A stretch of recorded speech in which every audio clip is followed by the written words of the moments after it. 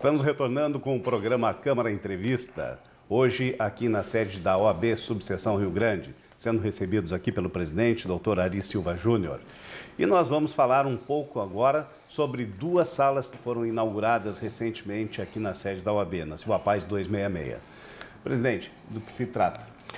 Assim, Roger, a advocacia já vinha sofrendo muito, né, antes da pandemia.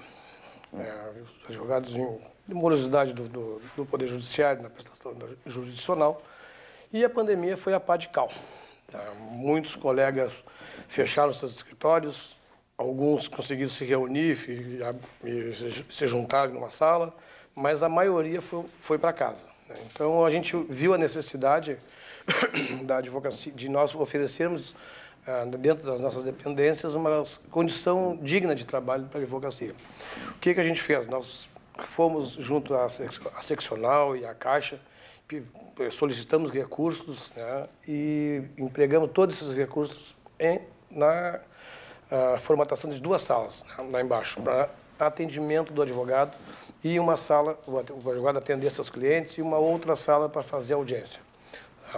Agora, recentemente, nós estamos montando, já está montado já, também, e aqui eu já faço o agradecimento ao presidente Pedro Afonso da Caixa, que nos forneceu todo o material, o equipamento para a gente formar inaugurar o primeiro parlatório virtual dentro de uma cadeia pública no estado do Rio Grande do Sul. Sim. Tá, nós já estamos com o equipamento já montado.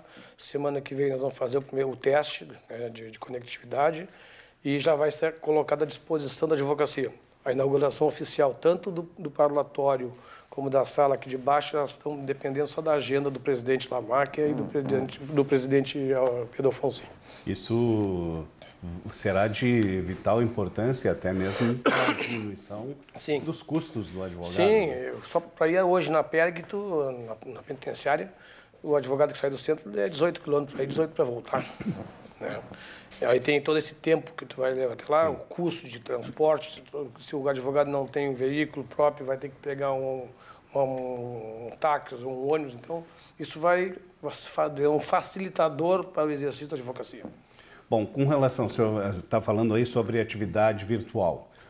Tem alguns colegas que defendem que é o futuro, que as audiências todas praticamente serão virtuais. Mas tem colegas que dizem que sofrem um pouco com isso porque deixam de ter aquela proximidade, seja com as partes, seja até mesmo com a testemunha. Eu vou te dizer o seguinte... O que o senhor pensa a respeito Eu vou te dar disso? a minha opinião, e que é a opinião da advocacia gaúcha. Tá? Os atos têm que ser presenciais. Porque o ato presencial, o juiz está lá, o juiz tem o olhar na testemunha, tem o olhar no autor e no réu. Tá? Agora, tu faz uma audiência virtual, eu não sou contra os atos virtuais, alguns atos podem ser, carta precatória, claro. Mas não pode ser a regra é o presencial, o juiz no fórum, servidor no fórum, promotor no fórum e advogado no fórum. Tá? Porque se tu vai, tu é advogado e tu sabes, uma testemunha que mente, o que acontece com ela? Prisão em flagrante por falso testemunho. Sim. Agora tu está numa audiência virtual, a testemunha está mentindo, o juiz diz para ela, você está preso em flagrante delito por falso testemunho, ela desliga o telefone, desliga a câmera e nunca mais. Tá? Então isso aí, isso joga até contra o Poder Judiciário, contra a força do império do Judiciário, porque o Judiciário ele está se auto-enfraquecendo quando ele não quer mais ir para o fórum. O juiz está se auto-enfraquecendo quando ele que deixa de ir no fórum. Lá é o lugar do fórum. Por que os fóruns são grandes? Para a pessoa chegar lá e se sentir, ver o império da lei, ele tem a força da lei. Né? Senão o fórum podia ser uma cabana, podia ser uma barraca. Não, todos os fóruns são grandes prédios suntuosos. Para quê? Para mostrar a força e o império da lei, da justiça. Então, agora, se o juiz não está no fórum, então, o nosso entendimento é que os atos, a regra é o presencial. E existe algum movimento da OAB Sim, para isso? Sim, já foi feito. Tanto é que hoje o CNJ já determinou que os atos têm que ser presenciais. Tem juiz que ainda não adotou, mas a OAB, quando chega no nosso conhecimento, a gente comunica a seccional se remete ao CNJ, e estão voltando, tem que voltar, não tem jeito. Com relação às prerrogativas do advogado, os senhores têm recebido algumas denúncias? Como é que está a situação em Rio Grande? Roger, como eu te falei no início da conversa, eu vou para 11 anos de ordem. Eu comecei na ordem pelas mãos do presidente Everton, a quem eu agradeço, ter me trazido para cá, e como homem de SEDAP, como homem de defensor de prerrogativas. Por anos, eu fui presidente de uma comissão de um homem só, né? E ano passado, quando eu tomei posse, em janeiro, eu fiz uma SEDAP mais forte. Convidei mais 3 colegas, o Léo Barroco, Carmen Garcia e Rodrigo Borges, presidente, vice-presidente e secretário, respectivamente. Agora, recentemente, nós também nomeamos a doutora Raquel Gonzalez como membro da SEDAP. Então, a SEDAP hoje tem uma estrutura, nós estamos possibilitando que eles vão para Porto Alegre treinar, ter conhecimento, né? Porque não é assim, tu não forma um defensor de prerrogativas de uma hora para outra. Essas pessoas têm que ter treinamento, têm que ter experiência como advogado e treinamento. E agora, recentemente, nós temos agora um telefone 24 horas. Antes, os telefones eram dos advogados. Agora, nós adquirimos uma linha telefônica e aquele telefone é 24 horas ligado. Ele fica em forma de rodízio, né? Cada colega fica uma semana durante um mês. Então, e a gente corre para um lado e para o outro. As demandas de prerrogativas, elas não param, né? Perfeito. Estamos aqui na OAB, subseção Rio Grande, conversando com o presidente, Dr. Ari Silva Júnior. Presidente, precisamos abordar um assunto que já há algum tempo vem preocupando a nossa classe, que é justamente o número de advogados. O número de universidades, faculdades que continuam a cada vez mais serem criados. O que tem sido feito para que esse problema seja minimizado? Bom, Roger, a ordem no Conselho Federal, ele é partícipe daquele comitê de quando vai formar lá junto ao MEC, a OAB sempre dá o parecer contrário à abertura. Sim. Só que os interesses financeiros são muito mais fortes do que o parecer da ordem. O que a ordem faz para proteger a sociedade dessa pulverização de faculdades? É através do exame. O exame de ordem hoje, é reserva de mercado. Não, não é reserva de mercado. Pelo contrário, é a segurança que a sociedade tem, que aquele advogado que recebe a credencial todo mês, aqui nós entregamos em torno de 10 a 8 credenciais, aquele advogado é um advogado qualificado. Porque um advogado que não tem qualificação faz um grande estrago na sociedade. Então, a nossa arma hoje ainda é o exame de ordem. Né? E pensar que teve pessoas aí no poder há pouco tempo atrás aí, que eram favoráveis a acabar com o exame de ordem. Pois então, vou lhe encaminhar também outros questionamentos acabam chegando para mim.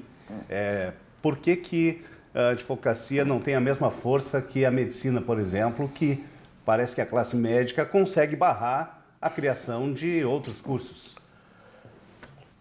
Primeiro, é mais difícil tu proliferar um curso de medicina, que tu tem que ter muito recurso, tem que ter tem que ter prédios, tem que ter um hospital. Começa por aí. Sim. Hoje, num curso de direito, numa sala desse tamanho aqui, tu faz uma faculdade.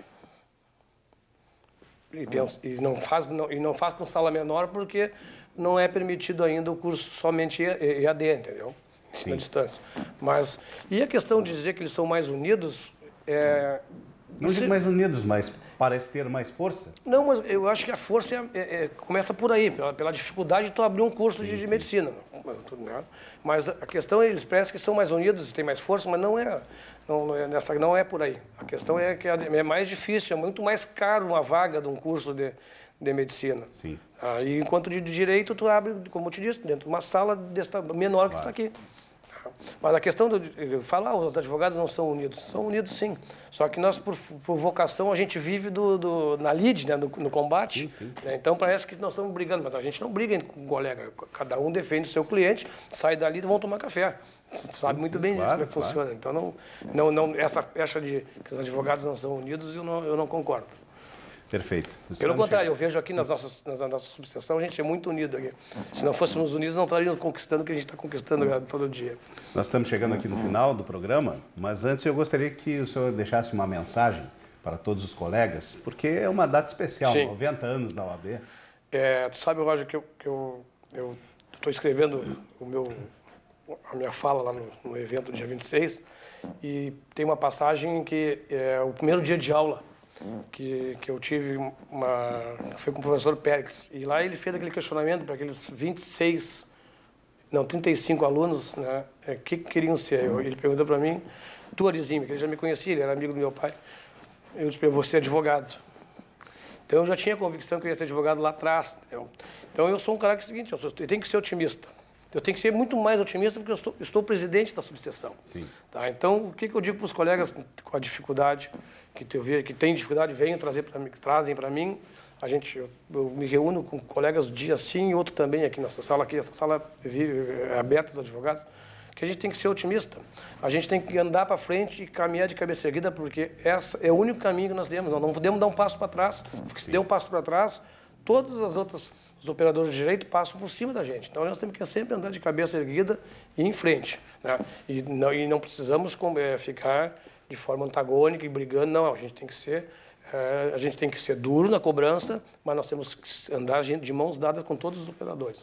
Tá? Perfeito. Presidente, para finalizar, sou portador de um abraço fraterno do nosso presidente lá da Câmara, Dr. Júlio César Pereira da Silva, que também é nosso colega. Manda um abraço para ele e diz para ele que eu estou aguardando ele no dia 26 lá no nosso evento. Também. Muito obrigado, então, pela presença aqui no programa Câmara Entrevista. Dr. Ari Silva Júnior, presidente da OAB, subseção Rio Grande, falando sobre esta intensa programação do mês do advogado, e especialmente também das programações realizadas aqui em Rio Grande. Senhoras e senhores, muito obrigado pela audiência, um grande abraço a todos e até a próxima.